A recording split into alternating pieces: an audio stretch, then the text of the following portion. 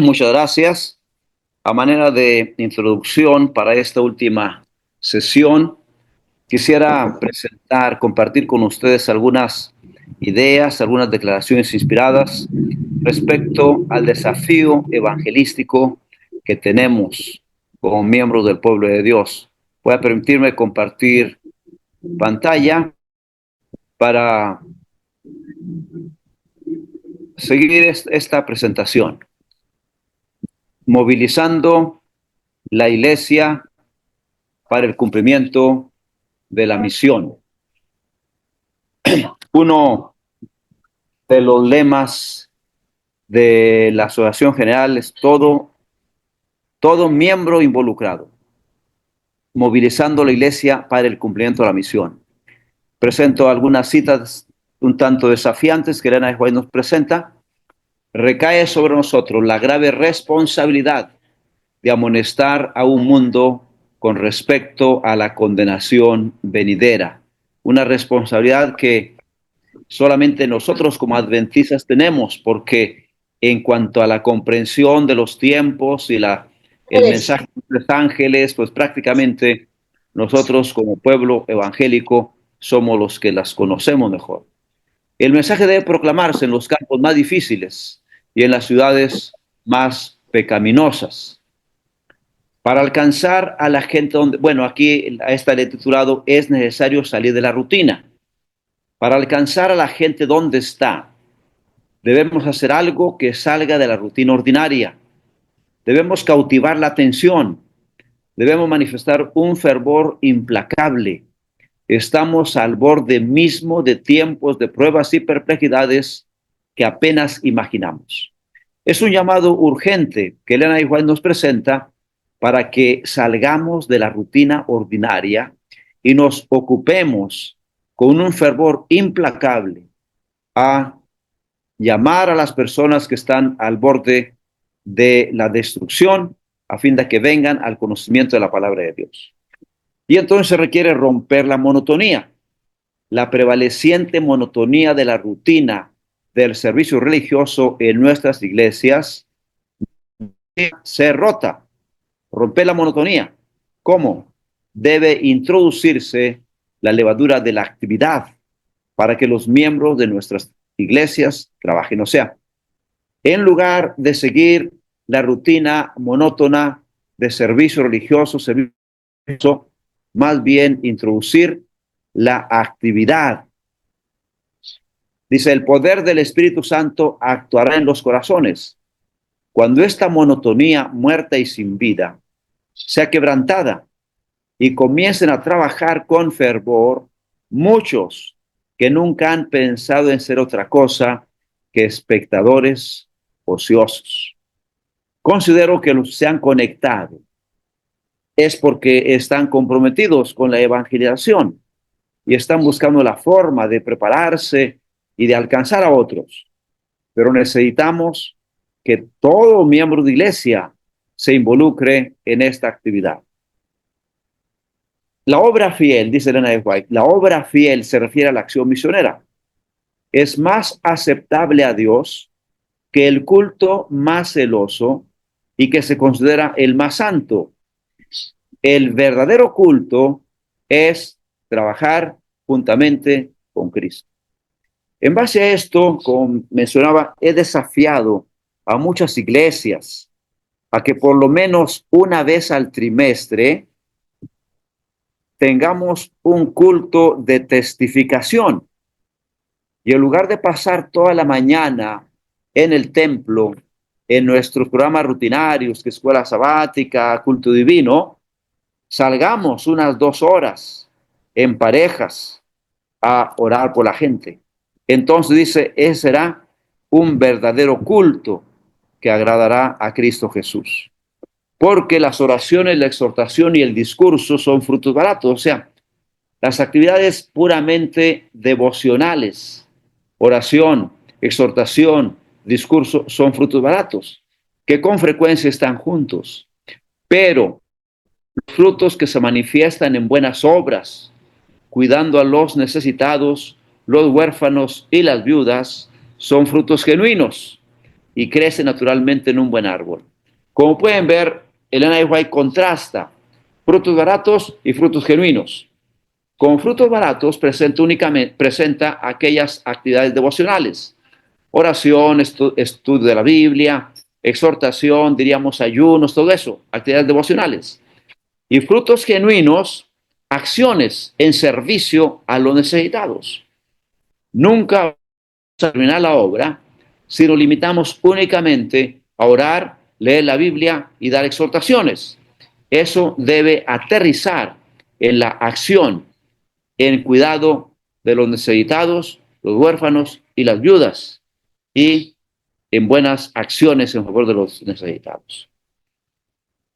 El desafío es claro: convertir en discípulos a cada miembro de iglesia, transformarlos en colaboradores comprometidos y activos con la evangelización. Es el desafío que tenemos, no solo como pastores, sino también como dirigentes locales de cada iglesia, que cada miembro sea un discípulo comprometido en la evangelización. Según las estadísticas del último concilio otoñal de la iglesia, el secretario de la Asociación General informó que solo el 36% de los miembros de iglesia son realmente discípulos.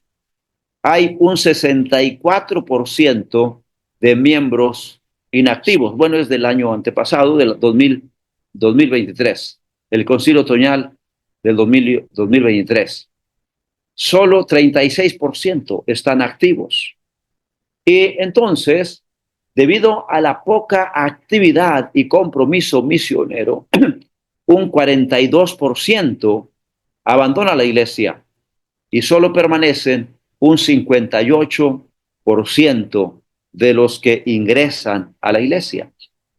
Una iglesia de éxito no es aquella que llena un edificio el séptimo día de la semana, sino que el éxito será llenar la comunidad con la presencia adventista los 7 días de la semana.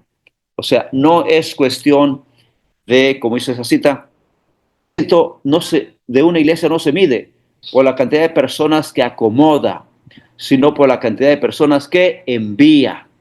No se trata cuántos logramos sentar en el templo, sino cuántos logramos enviar.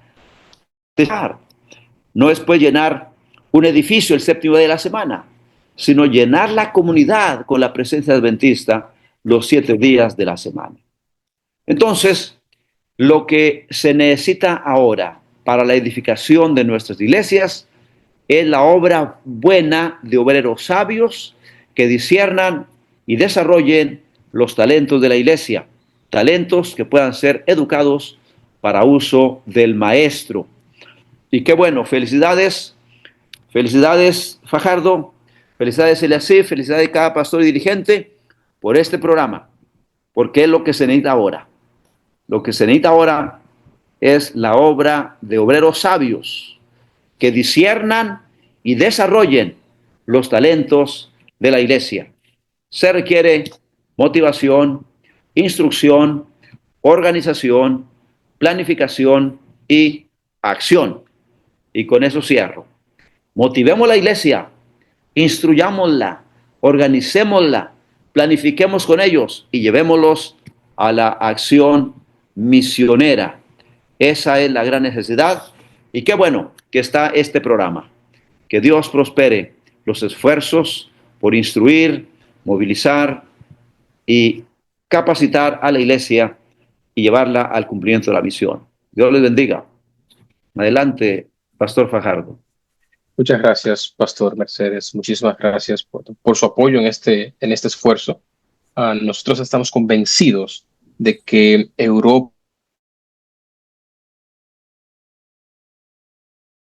mucho. Si ustedes van a la Biblia, se darán cuenta que los inmigrantes están siempre en la Biblia junto a los huérfanos y a las viudas. De hecho, como a ti mismo, realmente, si usted ve el contexto, está diciendo que ame al extranjero como a ti mismo. Ese es el contexto real de ese texto.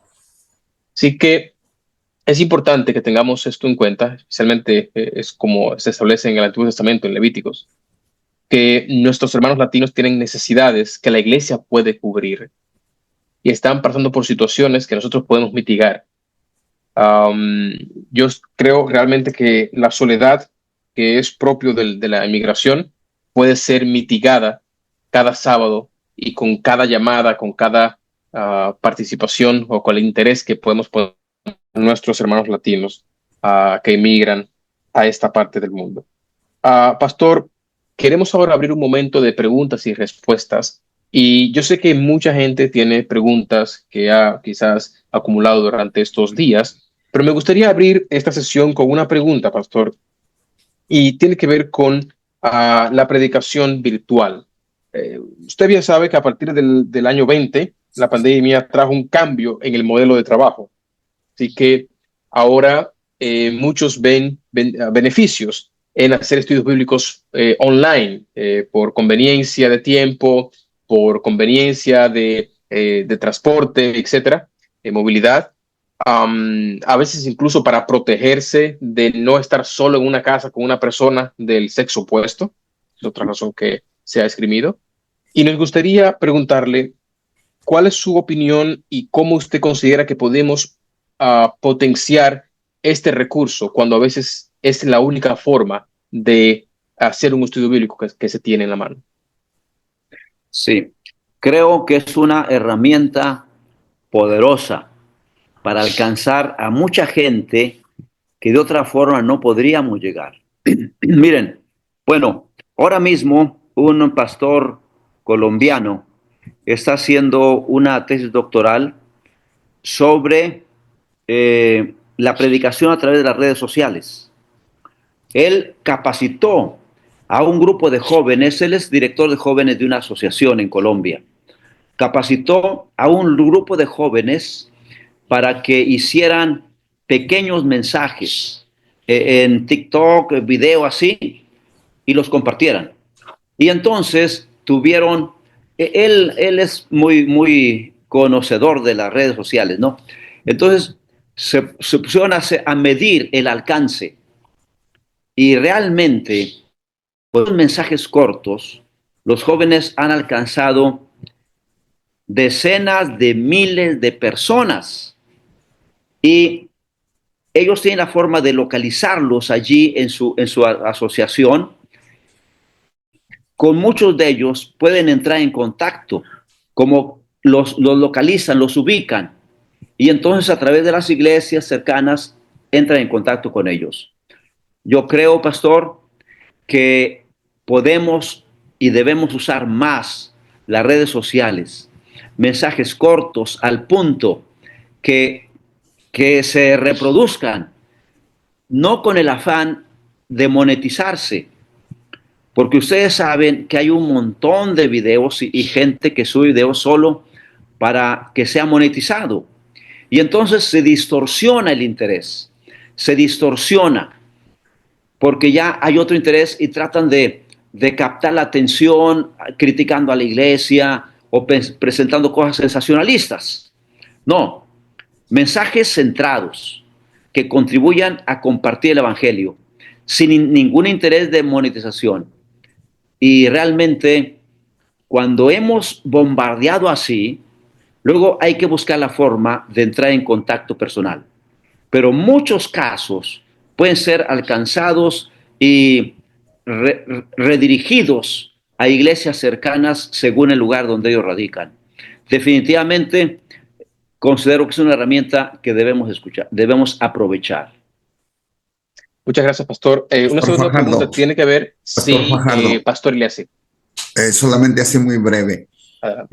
Ya que han tomado el curso de instructores bíblicos de cómo dar estudios bíblicos, les animamos a que por Zoom o por en Google Meet puedan tener estudios bíblicos. Yo estoy teniendo y no me desplazo de casa y estoy alcanzando a las personas, y se animan mucho. Yo creo que, hermanos, hagámoslo.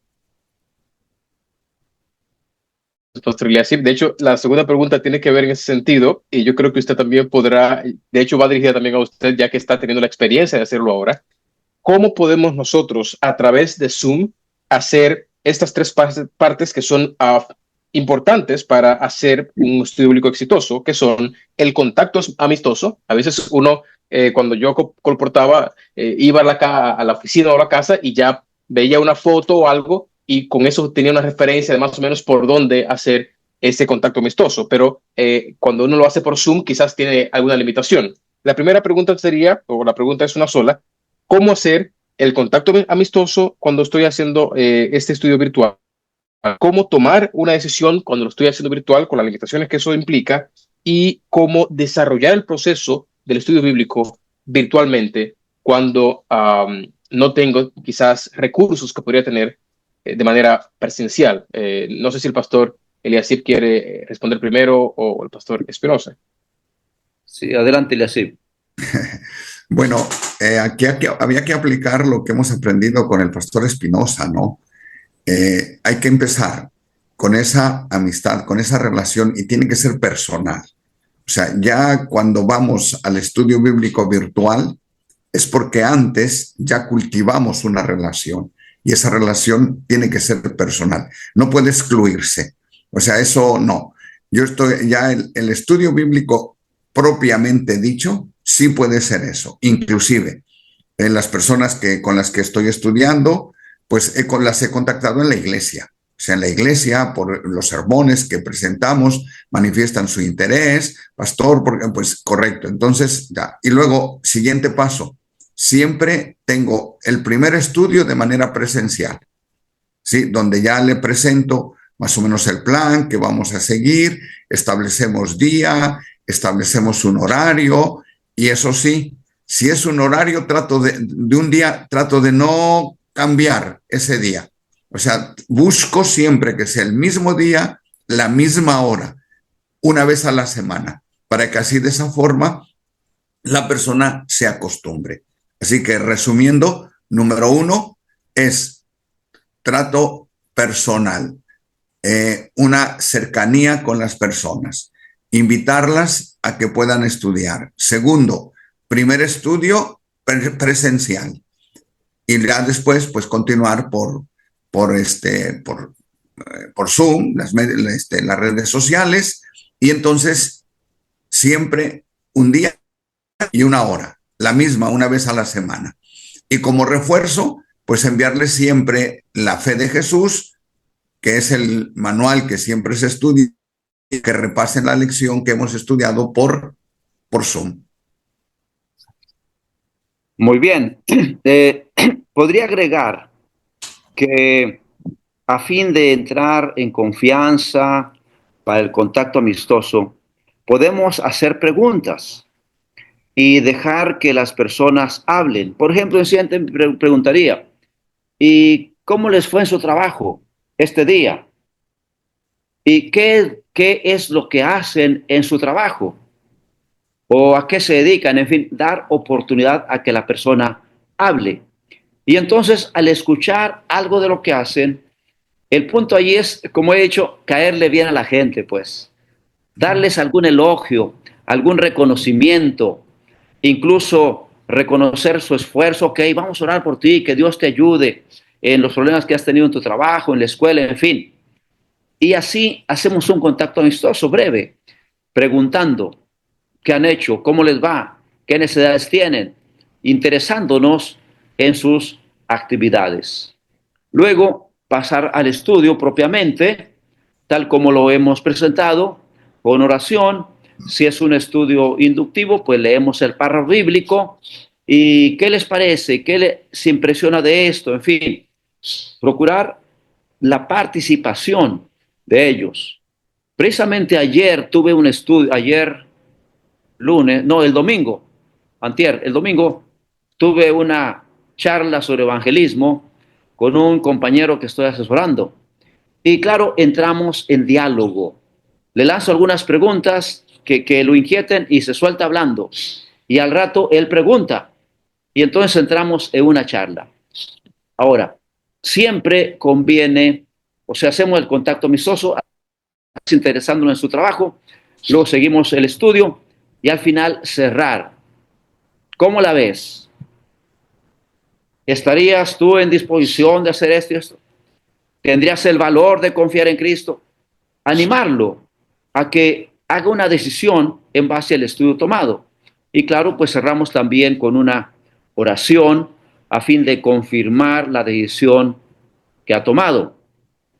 Ahora, esto en un estudio donde es un diálogo, creo que puede tener una duración quizás de unos 45 o 50 minutos. Pero cuando hacemos un video, debiera ser más corto. La gente cuando ve un video que dura 30 minutos, no lo ve. Pero si ve que dura entre 7 y 10 minutos, pues gasta el tiempo y lo ve completo. Cuando hagamos un video, un mensaje, un tema así, o es muy dinámico, de un minuto y medio, y si queremos ampliarlos más, que sea entre 7 y 10 minutos máximo. Bueno, algunas sugerencias. Muchas gracias, pastor. Permítame agregar que yo, en mi experiencia, me he dado cuenta que la gente aprecia mucho los nombres. Que usted mencione por nombres a sus seres queridos o que lo llame por su nombre a la persona también. Así que si usted en el primer momento, cuando está conociéndolo, se supone que usted conoce a esta persona, busque la manera de saber cuáles son los nombres de sus padres, de sus seres queridos más cercanos. A veces el ser querido más cercano es la abuela o un sobrino. De manera que usted en los sucesivos encuentros pueda mencionar por nombre, preguntar por nombre por esas personas. ¿Cómo está Marta? ¿Cómo está Pedro? ¿Cómo está Martín? Y si usted pregunta por ellos en el principio, ellos también le van a decir si esa persona tiene alguna condición, si alguien está buscando trabajo, si alguien tiene una enfermedad. Entonces, si usted el segundo encuentro o en el tercer encuentro pregunta, ¿ya Martín consiguió trabajo? Es una pregunta específica que muestra interés en la realidad del otro. Y la persona se va incluso a sorprender muchas veces, se acordó del nombre. La gente valora mucho que usted se acuerde del nombre de los hijos por nombre. ¿Cómo está Juanito? ¿Cómo está María? Es importante que tengamos esos detalles en cuenta, porque al fin y al cabo el estudio va a estar, debe mostrar un interés claro en el bienestar de la persona. Jesús, lo dice el White, Jesús se mostraba como quien quería hacerles bien. Una persona que usted mantiene esa distancia y usted no sabe ni cómo se llama él, ni cómo se llama su esposo, cuesta a veces. Así que eso podría también, a mí me ha resultado, siempre llamar por nombre a los seres queridos más cercanos, y si usted es capaz de, en una foto de perfil, identificar por nombres a las personas que están allí, usted va camino a hacer un buen trabajo. Quería dar la palabra a la hermana Nelly, que tiene también una pregunta. Quiero también agradecer al pastor Mercedes y al pastor Elias por sus respuestas. Sí, gracias, pastor. Una preguntita. ¿Estaría bien, digamos, uno hacer un grupito para un estudio bíblico o es mejor hacerlo personalizado? Por ejemplo, decir yo, el día martes, poner, digamos, un anuncio, el día martes voy a dar un estudio bíblico a las 7 de la tarde, quienes estén interesados se pueden conectar y dar el Zoom. ¿Estaría bien esto o es mejor solitos? Bueno, depende. Yo creo que es mejor involucrar a más personas, invitar a más personas. Un grupo, diríamos, aún de 8 o 10 personas, todavía podríamos entrar en diálogo para escuchar y atender en forma personal peticiones o preguntas o inquietudes. Porque, claro, con una sola persona, pues hay un mayor acercamiento, puede haber un mayor compromiso incluso, una explicación más clara, pero si hay otras personas ahí cercanas que quieren agregarse, la recomendación es que se agreguen también. Por ejemplo, si hay algún hermano, la mamá, el papá que está por allí, pues invitarlo, porque eso va a evitar que cuando la persona quiera tomar una decisión, que los otros no sepan nada. Los familiares no saben nada porque nunca escucharon. Pero si desde un principio los integramos, ellos estarán allí también y podrán respaldar la decisión de aquella persona que está más adelantada, más avanzada en el estudio. Y en algún momento, pues ellos también podrán tomar una decisión por Cristo. Creo que no hay ningún problema en que un estudio bíblico lo tengamos con toda una familia o incluso con un grupo pequeño de hasta 8 o 10 personas. Muchas gracias, Pastor Espinosa. De hecho, yo sugeriría, creo que el Pastor Eliasib me comentaba acerca de una experiencia que hubo en España de una persona que puso un anuncio, creo que en el periódico, en las redes sociales, sobre quién quería estudios bíblicos y se sorprendió de la respuesta. Así que yo animaría, no sé si la hermana Nelly también tuvo esa experiencia, animaría a los demás hermanos aquí presentes a que se lancen a este desafío y en su estado de WhatsApp ofrezca estudiar la Biblia con las personas interesadas y podríamos tener grandes testimonios de gente que realmente está siendo tocada por el Espíritu Santo y solo está esperando una invitación como esa para poder estudiar la Biblia. Así que les invito en su Facebook, en su Instagram, en su WhatsApp, ponga allí un mensaje invitando a personas que quieren estudiar la Biblia. Y quizás incluso usted notará que familiares podrían estar interesados en estudiarlo con usted. Muchas gracias al pastor Espinosa y muchas gracias, hermana Nelly. Hermana Adriana, desde Holanda. Sí, buenas noches para todos y tardes para el pastor Mercedes. Bueno, pues yo quería compartir como testimonio y también como a la vez desafiarnos a cada uno de nosotros porque, digamos, a nosotros nos pasa que teníamos varios niños que querían tomar estudios bíblicos y dijimos, uy, va a ser diferente porque son de diferentes ciudades, o sea, iba a ser súper difícil.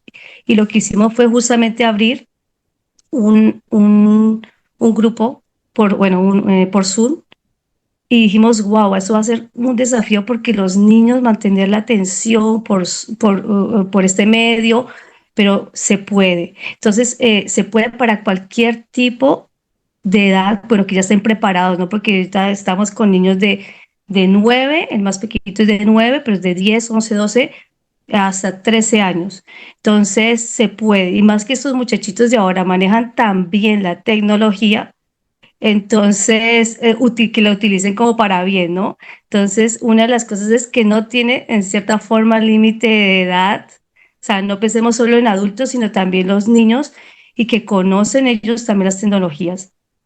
Claro que algunos están acompañados de sus padres y ahí detrás de eso también escuchan los padres, porque a veces están interesados en que los niños reciban, pero ellos, algunos no son de la iglesia, pero quieren que los hijos reciban y ellos detrás están escuchando. Lo otro que agregaría es que, digamos, en el caso de los niños o más adolescentes, darles responsabilidades. Algo que ha funcionado, la motivación en ellos es darle responsabilidades. Ok, tienen una tarea, entonces el encargado o sea, de anotar que tienen tarea y verificar que la han hecho, como una asistencia, también la asistencia, quién ha hecho tareita, cosas así, eso también funciona y los mantiene activos, que están pendientes para ya llegó la hora. Y también el Kahoot. Kahoot marcha súper bien. Esta aplicación de Kahoot les encanta y puede funcionar muy bien también. Entonces, animarlos a todos que se puede. Muchísimas gracias, Adriana. Muchas gracias. Mientras alguien más se anima a hacer su pregunta, me gustaría, pastor, preguntarle. El pastor Eliasib mencionó la fe de Jesús. La fe de Jesús es un manual de estudios bíblicos, una guía de estudios bíblicos famosa. Yo creo que la más famosa en habla hispana y de hecho ya ha sido traducida y está en Inglaterra, exactamente como se hacía en Latinoamérica. La pregunta es, pastor,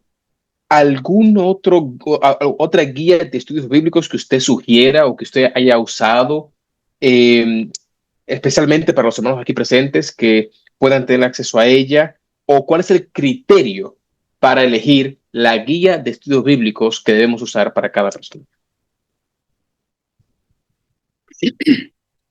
Bueno, se han producido otras guías de estudio que, pues la fe de Jesús sigue siendo la más, pero hay una guía que se hizo ya hace algún tiempo quizás Eliapsis se recuerda, en Estados Unidos el pastor Cruz Castro hizo una guía que le llamó la fe en Jesús, en lugar de la fe de Jesús, la fe en Jesús. Más cristocéntrica, y me pareció muy buena. Yo tengo ese folleto todavía, son unas 10 lecciones con estudios más cristocéntricos y menos doctrinales. Aquí en México, pues se han hecho varias últimamente. Las 5 uniones se unieron en un programa evangelístico y están produciendo varias series de estudios, tanto dirigidos a jóvenes como a mujeres, y con otros enfoques más críticos, pero pues no han tenido la difusión que quisiéramos, a fin de que en algún momento vayan a suplir la fe de Jesús. Pero es probable que en algún momento surja algún otro folleto que supla la fe de Jesús. Pero pues por ahora, quizás se podría buscar, no sé si en internet esté, la fe en Jesús u otros manuales doctrinales, diríamos. Pero realmente no ha habido otro que tenga la difusión como la fe de Jesús. A ver, en mi experiencia, yo trato de hacer mis propios estudios. Evidentemente, pues la experiencia, el tiempo me da esa oportunidad, ¿no? Entonces yo hago mis estudios basados en una temática de refuerzo con la fe de Jesús. Pero, por ejemplo, empiezo mostrando quién es Dios, cómo nos habla Dios a través de su palabra y cómo puedo hablar a Dios. Le llamo Dios, hablar con Dios y escuchar a Dios. Y cuando hablo de escuchar a Dios es su palabra. Hablar con Dios es la oración y conocer a Dios. Después entramos con el ser humano, cómo es el asunto del pecado. Y luego continuamos Jesús, el Redentor, Salvador y amigo. Y entonces ahí entramos con una serie de personajes donde Jesús se encontró y voy tocando ya los asuntos doctrinales de la iglesia, ¿sí? Y entonces refuerzo con la fe de Jesús cuando se habla del sábado o cualquier otro de los temas. Bien. Muchas gracias. En este caso, también cursos. Estoy buscando, pastor, la fe en Jesús, aún no la encuentro. Sin embargo, también hay páginas, vamos a poner una en un momento en el chat este programa. Hay páginas de la iglesia que tienen un conjunto de estudios bíblicos por edades y por intereses. Si usted podrá seguir, si es joven, si es niño, si es mujer, si es hombre. Entonces, está allí una serie de estudios bíblicos o varias series para que usted elija la más conveniente. Pastor, una pregunta importante sería, ¿cuántos estudios bíblicos sería prudente dar? ¿Cuántos estudios bíblicos usted cree? Usted hablaba, por ejemplo, de la fe en Jesús, 10 estudios bíblicos. ¿Sería eso suficiente? ¿Cuánto es muy poco o cuándo es demasiado? Bueno, yo creo que en promedio unos 15 estudios bíblicos podría ser suficiente. Unos 15 estudios bíblicos.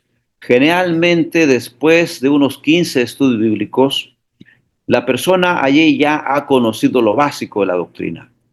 Si después de esa serie de estudios bíblicos podemos tener entonces una campaña de evangelismo, en la campaña evangelística reafirmamos varios temas y tomamos decisiones. De hecho, pues en la secuencia evangelística, en un programa evangelístico, pues hemos mencionado que cuando las personas hayan atendido o hayan recibido unos 15 estudios bíblicos, entonces pasamos a una campaña evangelística intensiva y tomamos decisiones. Y creo que eso podría ser suficiente. Las personas a la decisión. ¿Qué pasa, pastor, en el caso de que una persona toma la decisión antes de terminar los estudios bíblicos o incluso iniciando los estudios bíblicos? Bueno, es que la entrega a Cristo, la decisión por Cristo, no va a depender de la información, sino de la decisión de la persona por aceptar a Cristo. Y también sucede que muchas personas con las que empezamos a estudiar ya tienen algún conocimiento previo de la Biblia. Quizás vienen de alguna religión, de alguna otra denominación evangélica, o ya han estudiado la Biblia, y entonces pues vamos directo a ciertos temas doctrinales nuestros. Y entonces la persona puede tomar la decisión en el cuarto o quinto estudio, o cuando hablemos del plan de salvación, puede tomar la decisión por Cristo. Claro, no quiere decir que lo vamos a usar allí, pero en algunos casos se podría, no habría impedimento. Generalmente, acá en México, lo que buscamos que la persona acepte a Cristo como su salvador personal, comprendiendo el plan de salvación, el perdón de los pecados. Que acepte, claro, pues que la ley está en vigencia, que el sábado es el día de reposo y que Cristo viene pronto, pues. Que sepa esos puntos principales de nuestra doctrina. Y si tiene el interés, el deseo de bautizarse, entregarse a Cristo, pues lo bautizamos. Y claro, no lo abandonamos, hay que seguir estudiando. Después aprenderá algunos otros asuntos doctrinales también. Muchas gracias, pastor. Pastor Fajardo. Sí, adelante. Miren, aquí en la Unión Española han hecho de la fe de Jesús, han ampliado y tienen 32 estudios, 32 estudios bíblicos. Aquí tengo una muestra, el número 32, y precisamente terminan con más que miembro de iglesia, un discípulo. O sea, que han tratado de guiar, se van y van ampliando, y son 32 estudios.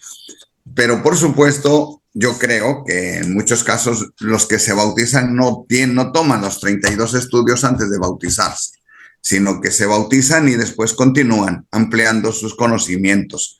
Porque si es una vez a la semana, en un estudio, pues son 32 semanas, casi más de medio año, ¿no? Para poder estudiar. Y en mi experiencia he visto que muchos toman decisiones pues muy pronto. Y yo se lo confieso aquí, los he bautizado, ¿no? Una vez en Tijuana, Pastor Espinosa, te has de recordar, pastor allí, llegué antes de que tú llegaras a la mesa, y una hermana pues me dijo, pastor, a los 3 estudios ya se quiso bautizar, y la bauticé. Al siguiente sábado llegó el presidente de la nación, y entonces pues nos pusimos a comer, y ella estaba tan feliz de su bautismo que le dijo, pastor, el pastor Sánchez me bautizó con 3 estudios bíblicos. Oye, yo casi me escondo abajo de la mesa porque era un sacrilegio, pero gracias a Dios que esa hermana permaneció en la iglesia. Este asunto, en verdad, es del Señor. Hay una metodología, evidentemente no hay que ir a los extremos, hay que seguirlos, pero el Señor te va a indicar cuándo y en qué momento la persona toma la decisión, y hay que seguir adelante, como el eunuco cuando Felipe dijo, ¿qué impide que sea yo bautizado? Y seguir. Claro.